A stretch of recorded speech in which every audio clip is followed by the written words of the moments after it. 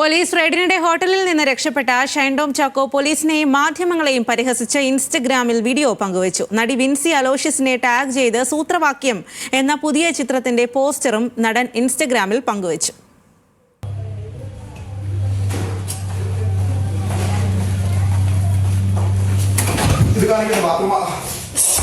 താൻ എവിടെയെന്ന് ചോദിക്കുന്നവരെ പരിഹസിച്ചാണ് Shine Tom ചാക്കോയുടെ Instagram post. ശുചിമുറിയിലേക്ക് ഓടിക്കയറി തിരിച്ചിറങ്ങുന്ന ദൃശ്യങ്ങളാണ് നടൻ പങ്കുവച്ചത്.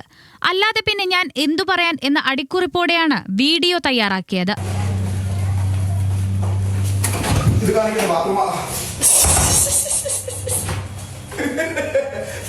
കൊച്ചിയിലെ PGS വേദാന്ത ഹോട്ടലിൽ ഡാൻസ് ഓഫ് സംഘം നടത്തിയ ലഹരി പരിശോധനയ്ക്കിടെ ഇറങ്ങിയോടുന്ന ഷൈൻ ടോം ചാക്കോയുടെ ദൃശ്യങ്ങൾ പുറത്തു വന്നിരുന്നു.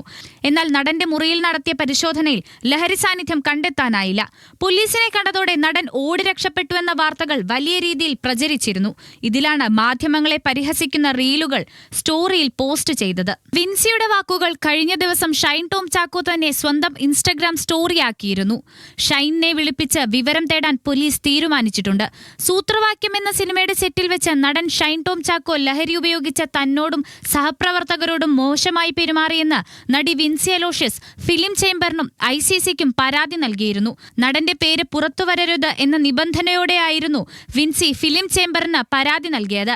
എന്നാൽ നടന്റെ പേര് പരസ്യപ്പെടുത്തിയതിൽ ഫിലിം ചേംബറിനെതിരെ വിൻസി അലോഷ്യസ് ആഞ്ഞടിച്ചു. Film chamber general secretary Saji Nandyatt വ്യക്തിവൈരാഗ്യം തീർക്കാൻ തന്നെ കരുവാക്കുകയായിരുന്നുവെന്നും പരാതി താൻ പിൻവലിക്കുകയാണെന്നും വിൻസി പറഞ്ഞു.